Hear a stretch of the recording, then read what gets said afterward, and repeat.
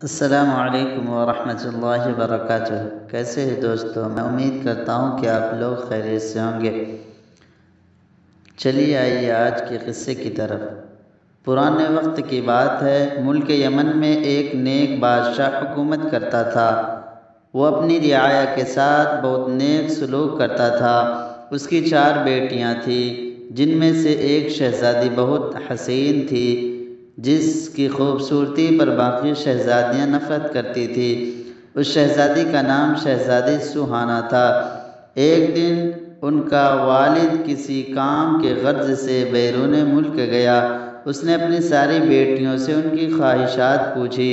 ان 3 بہنوں نے قیمتی زیورات لانے کو کہا۔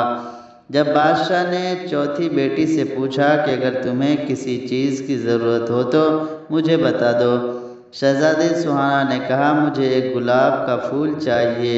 ان کا باپ کوئی نہ کوئی بات بھول جاتا تھا، اسی لیے صرف شہزادی سوہانا کے لیے پھول لے آیا، باقی چیزیں وہ بھول چکا تھا۔ جب وہ گھر آیا تو شہزادیاں دروازے پر کھڑی اپنے والد کا انتظار کر رہی تھی۔ جب ان کے والد آئے تو صرف ایک پھول کے علاوہ اس کے پاس کوئی چیز نہ تھی۔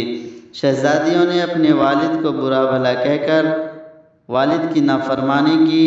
شہزادی سوہانا کمرے میں جا کر رونے لگی۔ اس کے والد کمرے میں آیا، اس کا پھول اسے دے دیا۔ بادشاہ نے کہا دنیا میں سب سے زیادہ قیمتی چیز والدین کی خدمت ہے۔ چنانچہ جب بادشاہ دوسری مرتبہ بیرون ملک گیا تو سب نے اپنی اپنی چیزیں لانے کے لیے کہا، مگر شہزادی سوہانا اس پر خاموش رہی۔ اس نے سوچا کہ اس بار کوئی ایسی بات نہ ہو جس سے میرے والد کا دل دکھے، تو بادشاہ نے اپنی بیٹیوں کے لیے زیورات لیے۔ راستے میں ایک جنگل تھا۔ بادشاہ اس جنگل میں سے گزر رہا تھا تو اس نے درخت پر بیٹھے ایک چمگادڑ کو دیکھا۔ وہ چمگادڑ اصل میں ایک خوفناک جن تھا۔ اس نے بادشاہ کو قید کر لیا۔ ایک شہزادہ یہ سارا منظر دیکھ رہا تھا۔ اس نے اپنی تیز دھار تلوار نکالی اور چمگادڑ کی گردن پر دے ماری۔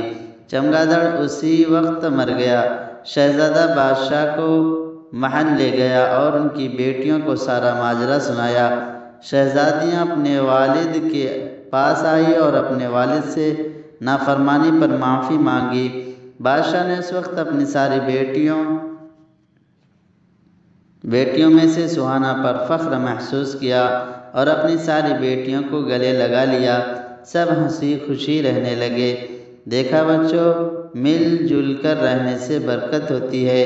ہمیں بھی چاہیے کہ شہزادی سوہانا کی طرح اپنے والدین کی خدمت کریں اور ایسی بات زبان پر نہ لائیں جن سے والدین کا دل دکھے۔